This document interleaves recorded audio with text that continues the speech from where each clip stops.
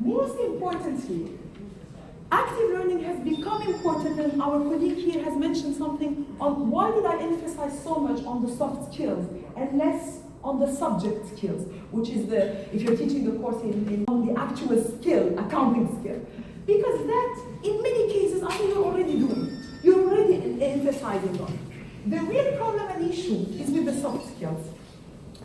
And they've been a lot of propaganda and talk and research on something that is called the 21st century skills. I'm sure that you have heard about this. The 21st century skills, as a result of these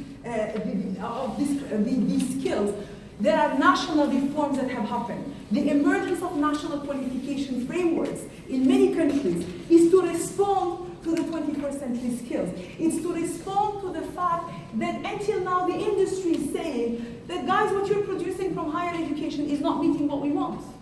There are so many reports from World Bank, from the World Economic Forum, from UNESCO, from UNDP, that talks about this big skill gap between what we're producing as universities and what the market really needs. And having just industry boards serving on our colleges is not going to really solve the problem, unless we really start looking at what does the industry really want. And the 21st century skills is an international thing. It's not something specific to a country, where basically professionals, government representatives, academicians came together to try to see what are the kind of skills that will be mandated and important for the 21st century. And what they say, if you go and Google, a simple Google search on 21st century skills, you'll find so many classifications. But one of the most credible classifications is the one from the World Economic Forum that was published in 2015 that come and say students in the 21st century has to have 3 types of literacies. What we call the foundational literacy. This is IT literacy. Obviously, you don't want to graduate a student who doesn't know how to use the internet, or how to use Microsoft Office, or how to use Google Docs. Today, blogging and social media is becoming a big thing. So we're talking about digital literacy. We're talking about civic literacy and cultural literacy. This is important. We're not graduating robots. We're graduating human beings who are going to work in a society and a community. And we need to build that. You know, things like ethics and culture and community and so forth. That's something you build in students. Things like numeracy literacy and so forth, scientific literacy. The second set of skills is what we call competencies. And many of you would say, these have always been important. Critical thinking has always been important. Creativity, communication, collaboration. These are skills that we have always needed. But now, just 1 minute, now we have to actually emphasize more on them, because these are the skills that are still sought to be in the future as the crucial skills that you want students to have, in addition to probably their subject.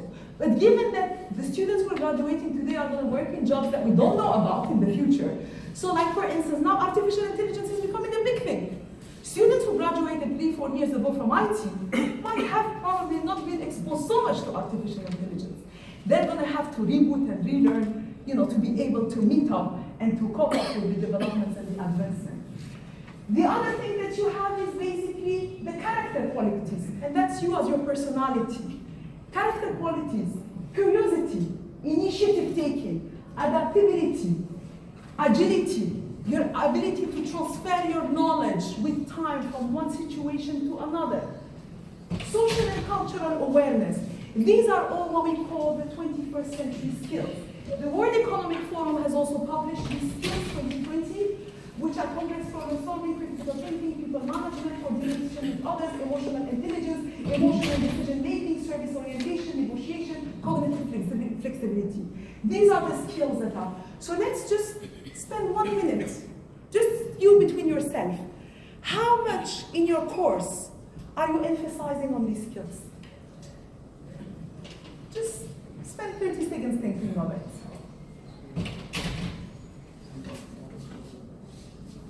You're just self-reflecting on what you're doing. How much of what you do in your class every week when you come, or every day, or whatever it is, do you actually do in terms of developing these particular skills in students? 50%? Okay, who else? 50% from the lady side. 70. Obviously, there will not be a fixed percentage. Everybody is different and none of us are the same. Some will do 90, some will do 30, some will do 20, some will do 90 in one course and 10 in another. So there is no formula, but it's something we have to keep at the back of our mind. That these are skills that when our students graduate, they're going to be important. Because globally, this is what has been seen as important things that students need to be equipped with when they graduate from universities. Now, what does this, why about this whole thing? Because this has implication on 7 things we do as professors and academic administrators. It has implication on the kind of content we prepare, how we prepare the content for our course, who prepares it, how much time do we spend on it? Are we spending way too much time preparing PowerPoint slides and less time designing activities that will engage students? So the content, should all the content be coming from the professor or the students in a student-centric environment should actually be not recipients of knowledge also, but creators of knowledge? We think about the function, the role of the instructor and the student. You have talked about that. It means students are going to have to take more responsibility for their learning.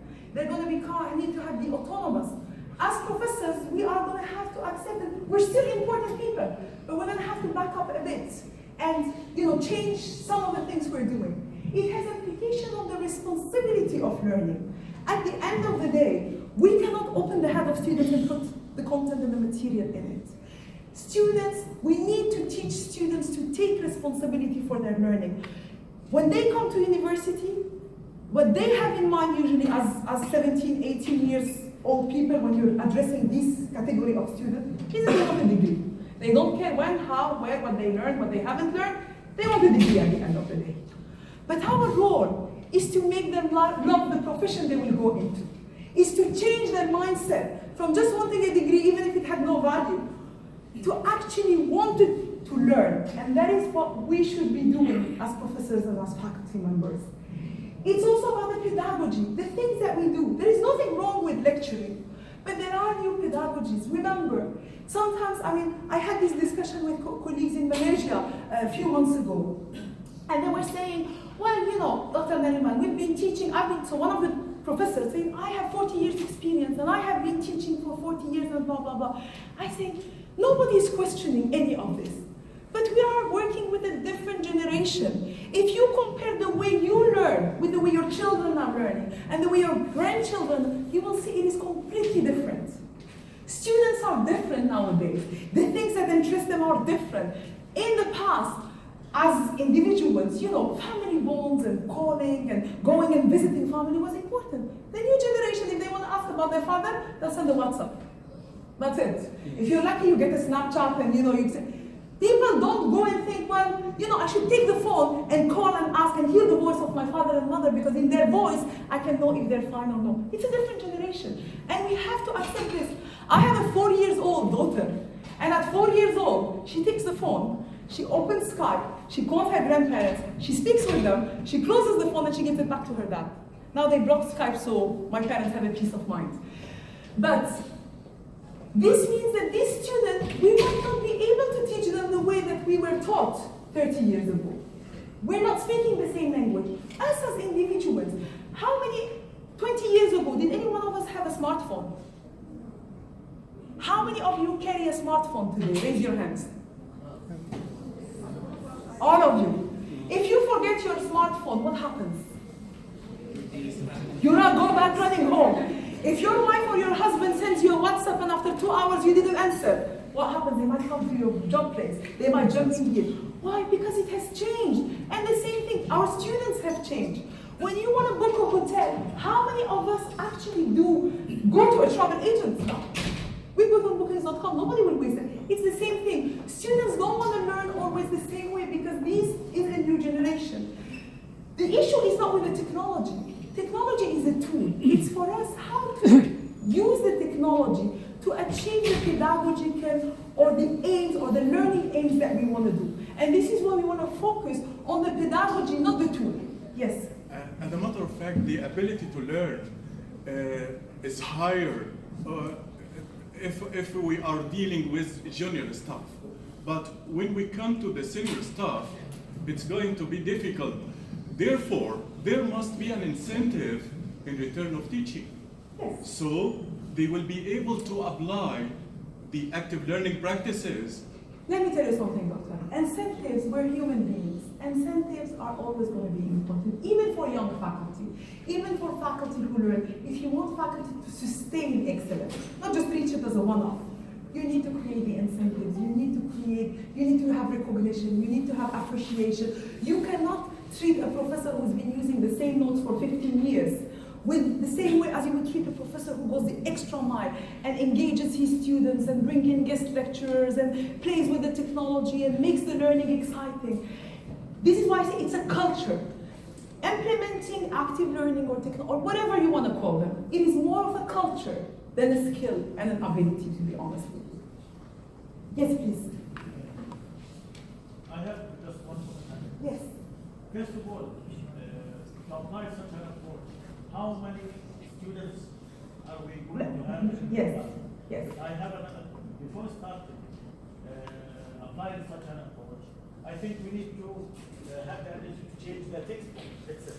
Yes. As you know, as faculty members, we are not authorized to change the textbook, which is the most important pillar. Yes. I will address this issue of textbook and course design immediately when we finish this.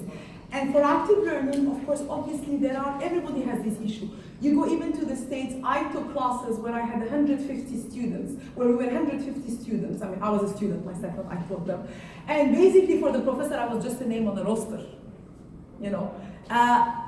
There are techniques that are used for engaging large classrooms, and this is why I want to move on so we can get into these techniques. There are things that you can do with small classes that you cannot do with large ones, but there are still techniques to engage large students. There are techniques to address this issue of time, because sometimes people say, I have 15 minutes class. I can't do all of these things. So there are ways where you can flip a bit your learning, your practice, so that you actually can use some of the outside class time where we typically give assignments to students and reading to do actual meaningful active learning activities. So we'll come. About integrated textbook. Sorry? Integrated textbook. Yes. As one of the things that we could be looking at. The other thing was the purpose of assessment. Why do you assess your students? Why do you do assessment? To assess knowledge. Okay. Knowledge, skills, and attitudes as well. To assess, so we're assessing knowledge, skills, attitude, which is Yes. which is evaluating your learning outcomes. Other than that. Drives learning. Sorry? Drives learning. It drives learning. Assessment is supposed to drive learning. It's the driving engine. It's the engine behind learning. And assessment should not be done only for the purposes of accountability, which is measurement of learning outcomes, because accreditors and quality offices and units require us to do it, or for giving a grade only. Assessment at the core of it should be done to drive learning, to provide feedback to students to learn, to give us feedback to ourselves on how we can improve things, how can we improve our teaching, our assessment, the way we give feedback on the basis of how students are doing in assessment. Our colleague who left us basically said something very important. He said, I tried to collect feedback from my students, and one of the feedback you collect is from assessment. If you give an exam to your students and you find out that 70% of your students failed the exam or scored below 60. Now, one thing is that you come and say, oh, it's the level of the students, you know. They don't have a good level. We all say this usually, we all put this in our course reports. But in reality, let's go back and revisit. Have I done enough to prepare the student for the exam? Have I done enough to ensure students will be achieving the learning outcome? It's easy to come and throw the ball on somebody else. But what did we do to prepare the students for the exam so that they don't fail? Yes? For the assessment, this is the outcome of the performance of the instructor or the performance of the student? Both. Both. Everything that you do is to help the student perform well. So when you say that there is a problem with the course, it's a dual responsibility. Professor and student. You cannot put it only on the professor and you cannot put it only on the student. It's a dual shared responsibility.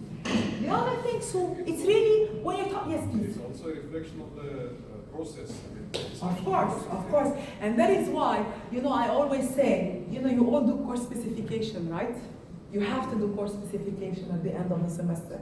And I know how much professors and faculty... At the end of the semester, we used to do the course report. Yes, the course report. The course, I meant the course report. Okay. We call it sometimes course portfolios or course files in the UAE, course portfolios in Oman, course reports in here. And in your case, you have a template from NCAA that you have to align with. In other countries, we don't have a predefined template. It's left to the institution. And some of them, they do it electronically, some of them, it doesn't really matter. But you know what happens? I have done so many reviews of programs and institutions and so forth. And the first thing I do, I look at two things: program assessment reports and course reports or course portfolios. And it's funny enough that there are many instances where the course portfolio, all the focus has been on printing materials, you know, the PowerPoint slides, your reading materials, and on putting the samples of the exam. When you go to the reflection bit, all what you find is the reflection on the learning outcomes, because basically you need to do that, you need to fill that table, and that's it. In many instances, the improvement plan that is suggested was a copy-paste from one course to another. Why? Because people don't see the value of it. They just say, oh, we have to do it, yalla. Copy-paste and yalla with it. The most important part of a course report is actually the bit where you reflect on it, where you actually come and sit backward and say, I've done 15, 16 weeks of teaching, whatever it is. Let me reflect on my student evaluation. Let me reflect on the activities I have put and the level of engagement of students. Let me reflect on how the level of my students. Let me reflect on how I integrated technology. Let me reflect on how I have brought in hands-on experience. Let me reflect on all these things before coming and seeing the percentage of achievement of CLO3 and CLO5 and CLO6. And then when I put an improvement plan, I just don't put it to khalas, I sleep and I forget about it. You do the improvement plan, you implement it, you assess the next semester to see whether the plan that you have suggested have delivered the result. And that is what is called closing the loop. What is happening is that we just fill up the things like machines, very often because we're overwhelmed. We have too many things to do at the end of the semester. We have to grade, we have to do course reports, we have to attend meetings, we have to do so many things.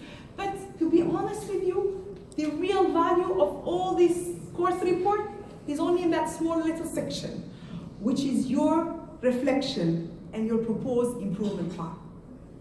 There is no feedback on this little section. Yes, well, means that, yes, then that means that the system is a problem, because the problem is not with the course. Every country, even in the West, I review, we're partners with the Quality Assurance Agency in the UK, and course files and portfolios are also mandatory. The problem is basically in how much value do we see in this exercise. And remember that accreditors, when they're going to come to you, they will write a lot of their report on the basis of what they find in your course reports, in your course specification, in your program reports. Say 60% of what we would write will be on the basis of what we found out there. You can come and say, I have the best system, the template, the book. How do you implement it in reality? And that is a friendly advice for you as you go through program accreditation, that don't just do it for the sake of doing it. Really spend time, because whoever you're going to have on the review panel, it's something that they will be looking into. Okay? The balance of power, empowering students. I think our colleagues over there have mentioned this. Now, this means that in order to teach all these 21st century competencies, we need to start looking at different things we do. How do we teach the skills? Okay, Arafna, we know we need critical thinking, we need communication, we need collaboration, we need this, we need that. Well, how are we going to teach these skills? There are very well thought of strategies that can be used. Project-based learning, encouraging role play, field visits, on-the-job training, engaging students in developing portfolio. These are all strategies that could be used. What I want you to do in your own groups, I'm going to give you a working sheet. Every group starts, please make sure that the groups are of 6-7 people. Every group starts by picking a rapporteur, which is somebody who would talk on behalf of the team if your group was asked to report back. Discuss from your own experience, and remember, you come from different backgrounds. Even if you're from the same college, you might want to sit with other people from other colleges. Talk about 2-3 strategies, discuss them, that you use to engage your student in your classroom. And when you're using this strategy, are there any challenges that you're facing? Are there any problems? And if you overcome the challenge, what did you do to overcome it? So you have to talk about three things: challenge, strategies, challenge, and if there was a challenge and you managed to overcome the challenge, tell us how. Every group, make sure that you pick a rapporteur, so have one person. The rapporteur's role is to actually facilitate the discussion. If you're a rapporteur, make sure you get input from everyone. You don't want one person to talk and the others are just sitting there. That's active learning, right?